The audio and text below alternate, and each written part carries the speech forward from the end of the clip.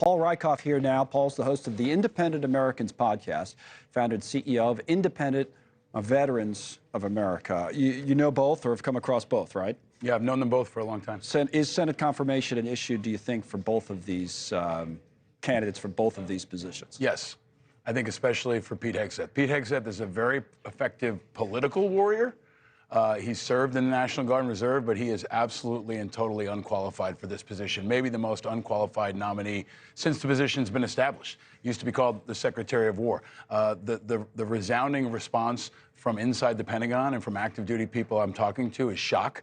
It's an overtly political pick. I think that's the really important thing to understand here, and not by any means a moderate pick. Pete is a bomb thrower from the right. I mean, this is like putting someone like Dan Bongino or Rush Limbaugh, who had served in the military, up for a very important position where you're leading, I think, the second largest employer in the world. Yeah, you got like 3 million. 2.9 million people at the Pentagon, a massive budget. And this is a guy who says he wants women out of the military. He wants to blow up all the diversity initiatives. This is a very controversial pick that I think is going to be challenged in the Senate. But we'll see. It's a true test of how strong Trump's majority is. That's probably what it's about, this anti-woke culture, what you're just getting at. But let's talk about the qualifications. So we can put it up on the screen. 44 years old. You talked about wanting women not to be in combat roles with a comment he made recently. He's called for the chairman to be fired, chairman of the Joint Chiefs.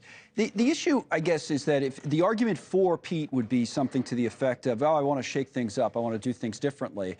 I guess the challenge there would be, if you're going to shake things up, you have to know how the organization you're shaking up works, right? Isn't that fair? That you have to, you'd have to have an idea of how this massive organization you're about to lead works from the inside. You can still shake things up with a former member of Congress, with a member of the Senate, someone who served on the Armed Services Committee, someone who's worked in defense space. I mean, this is a really big reach. I mean, yes, he's served in Iraq and Afghanistan, but so have, a million other people, and they're not qualified to be Secretary of Defense either. And I think he's got a long track record of public statements that are very controversial, that are going to make it really difficult for him to be the boss, the leader, the true north for a very diverse politically and a very diverse ethnically and racially force when he's really been a Trump supporter to the fullest degree. So I think he's going to have a hard time in the Senate getting confirmed, and I think the next couple of weeks you're going to hear a lot of people speaking out. Now, to be clear, we've covered all of these announcements as they've come out, obviously one by one, and I would say, you may disagree, but I would say that if you just looked at the blind resumes of just about every Trump announcement, starting at the most important, which would be Secretary of State, which he just made official, by the way, Marco Rubio, so he knows going there. But down the list, foreign policy, Mike Waltz, who's the congressman from Florida, you'd say these are people that are qualified for their positions by the positions they've held previously in their careers. That's the question about Hegseth. Is it also a question about Tulsi Gabbard, or are those different questions? What do you think will come up there as for D&I, Tulsi Gabbard, who used to be a Democrat? The vetting will be easier for someone like Marco Rubio as an example, because they've been vetted before, they've run for president. Sure. It's all kind of out there. When you take someone like Hegseth, who's going from basically your job, right, into running the Pentagon, that's a big step forward and is going to require a lot of public and bureaucratic vetting. His background, by the way, just ironically, because you bring that up, is sort of like your job. He was a veterans advocate and that kind of thing. Yeah, I mean, again, I've known Pete for a long time. We co-authored an op-ed with the Wall Street Journal, a long time ago, because we were trying to reform the VA. But he did make a dramatic turn to the political right. I mean, this is not the moderate guy he used to be, and that's where a lot of folks have gone, including Tulsi Gabbard, who I've also known for a long time. We worked together on issues on Capitol Hill. She was one of the first people to bring forth burn pit legislation, but that's before she went pretty far to the right and went all in on Trump, changed her party affiliation, and I think her vetting is going to be pretty rigorous as well. All right, so Tulsi Gabbard okay, now this is, are you sitting down? You are sitting down. So Tulsi Gabbard's out. Now, Kelly Meyer in Washington reports this. The Attorney General. You want to guess? No. Matt Gaetz. Wow. Matt Gaetz for Attorney General. This is what he promised to do. I mean, this is very fast. It's also very extreme. I mean, there are no moderates here. These are very right-wing folks who are very in line with Trump's agenda. They're loyalists, and there's going to be a lot of questions about their qualification beyond being loyal to him. So I represent independents. This is not the type of pick that's going to bring independents and moderates behind this administration. You don't see any independents or Democrats even, right? You've got Tulsi Gabbard's the closest thing. So this is maybe the opposite of a unity cabinet that he's putting together. Yeah, this one is, I would say it's shocking, but it's become kind of par for the course. Well, yeah, you could say that, but again, to go back to my previous point about par for the course, he had been rolling out these announcements since becoming the president-elect that really would be kind of the opposite of this, that we're seeing, and even with people who aren't big fans of Trump, they would say, well, okay, this makes sense. This, quote unquote, could be worse. That was what could be worse. That's what Democrats were saying. But now you're going to see a much different reaction, and this is the one people were waiting for, Attorney General. And right now, the Democrats are completely shattered.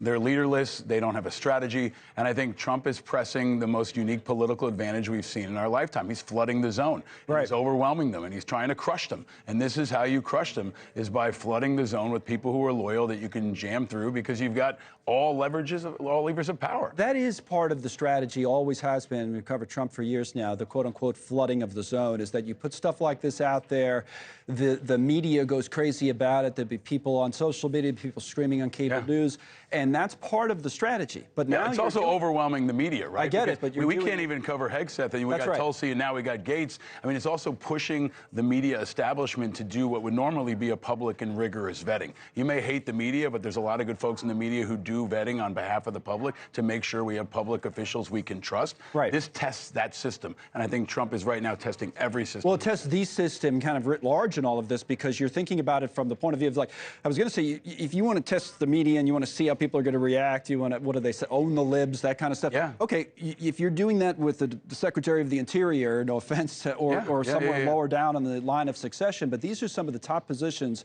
in the administration. It basically goes Secretary of State, right? Then you have Treasury, who we don't know for sure yet, but after that's Defense, and now Attorney General. I put Defense as number one. Right, I mean, no, I'm just saying in the presidential line of succession. And I think that's important for folks to understand. Defense is America's gun closet. I mean, this is our weapons, this is our military, these are our international relations, this is everything from NATO to nukes. And in my view, there is no more important job outside of the president than the Secretary of Defense, especially at a time like this when just a couple of days ago, American troops were engaged in Syria. We still have combat operations happening around the world, and this is the leader who's going to be in charge of that. I want to see what Trump's saying. I don't know if we probably don't have this, Claudia, to put up yet, but this is his post about Gates. It's my great honor to announce that Congressman Matt Gaetz of Florida is hereby nominated to be the Attorney General of the United States. He says Matt's deeply gifted, and he's a tenacious attorney, trained at the William Mary College of Laws, distinguished himself in Congress through his focus on achieving desperately needed reform of the Department of Justice. A few issues in America more important than ending the partisan weaponization of our system and of our justice system. So that's what Trump's talked on and on again about. You know, Gates is like a culture warrior in that fight. I mean, he's had problems of his own with the law, of course, and he'll end up Matt, he says, we'll end weaponized government, protect our borders, dismantle criminal organizations, restore Americans' badly shattered faith and confidence in the Department of Justice. But more than anything, he is loyal beyond belief to that is the number one qualification of everybody we've seen so far. And also important to note, they're all young. Right? This is a way to sustain the movement beyond Trump. Trump's not a young guy. We don't know how long he's going to be around. But this is pushing forward leaders for the movement to take it forward when he's gone. Now you've got that in everybody from J.D. Vance all the way down to Pete Hegseth. Now, we can get into we will, as the show goes on here, into how this is all going to play out in Capitol Hill. But that is why what Thune said, John Thune's the new majority leader, is so important today, because they asked him about recess appointments. And that was the big thing. If Thune wanted to be majority leader, he was going to have to, he figured, come out in support of these recess appointments, meaning that when Congress is not in session, you can get these cabinet officials through.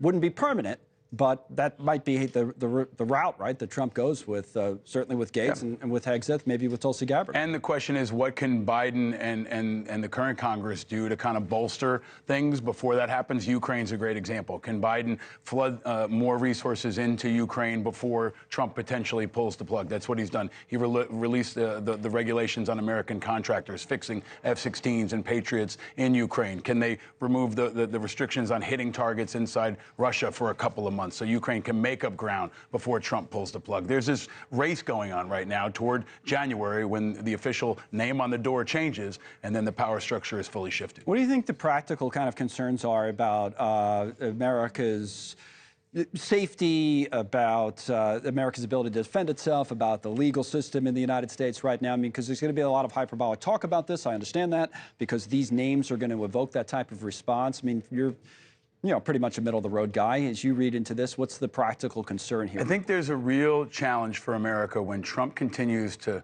kind of crap on every institution. Let's use the military as an example. Pete Hegseth has said, our military is getting beaten up, that it's too woke, all these bad things about the military. Yet you're asking people to join it. Right? You've got a guy like Pete Hegseth who is not a moderate, who has said some very radical things. He's going to drive women out of the military. He's going to drive moderates out of the military. That has a practical application when we're facing a pretty tough recruiting shortfall. So the politics can directly impact our most important national security. I don't think there are some military people, though, identify with that There are plenty of folks that are going to go in, too, but you got to recruit from a very diverse country. And, we've got the most diverse military on the planet. So when you come out and say, hey, I want to roll things back in favor of women, that's going to have a dramatic impact on the entire military ability to recruit and retain. There are a lot of folks who may not think this is acceptable and will leave. They'll retire, and others will stay in because they want to try to be a force of moderation, like someone like Milley or Kelly or others who tried to do that in the first term. You can rank risk, but to be honest, if you've covered this stuff for a while, there is risk associated with all three of these people, maybe for different reasons, but in these huge positions, whether it's Pete Hegseth, certainly was Matt Gaetz as Attorney General, there's obvious risk there, and Tulsi Gabbard, too. And there's another one to come, too, VA Secretary, which is important to the veterans That's community. where there was rumors that Hegseth would get that. Yeah, he was floated last time and kind of got hammered in the press, and they pulled him out of contention, but we don't know who that could be. I mean, it could be anybody from RFK Jr. to Dr. Phil. Who knows who it's going to be? Yeah, I mean, that's what people were saying, all this stuff. Oh, who knows who's going to be named and that kind of thing. And again, I think a lot of people were dismissive of that, said, wait a second, let's take this one at a time. And do you think maybe that was part of the strategy by Trump to get some of these other names out first, and now we're flooding the zone with much more controversy? I think that's absolutely the strategy, is to flood the zone. And there's a consistent theme, too. He's pushing people forward who are going to break down the systems. He said he wants to remove bureaucracy. He wants to shrink government. These are all people from Elon Musk all the way through who have committed to attacking these institutions. The question is, can you rebuild them? Can you make them sustainable while you're continuing to attack them? And particularly, can you retain talent? Can you keep top talent with all this chaos happening? They've said they want to take out the top level of people that are political appointees. Yeah. But what about the second level, the folks that are there for decades and always put country over party? All right, thank you, my friend. We'll keep covering it. Paul Rieckhoff here with us today. The breaking news of the hour, Matt Gaetz, congressman out of Florida.